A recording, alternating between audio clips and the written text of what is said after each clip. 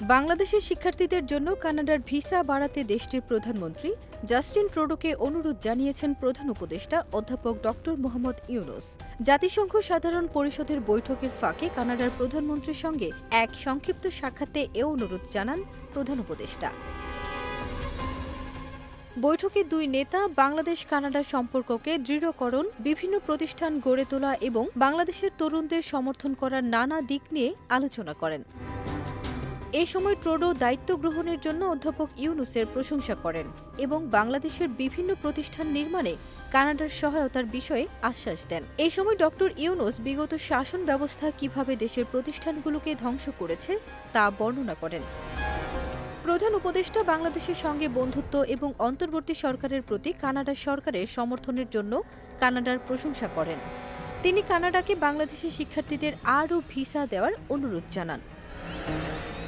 বৈঠকে অধ্যাপক ইউনূস কানাডার প্রধানমন্ত্রীর কাছে বিপ্লবের সময় এবং পরে ছাত্র এবং তরুণদের আঁকা দেয়াল চিত্রের একটি আর্ট বই দ্য আর্ট অফ স্ট্রিপস উপহার হিসেবে দেন।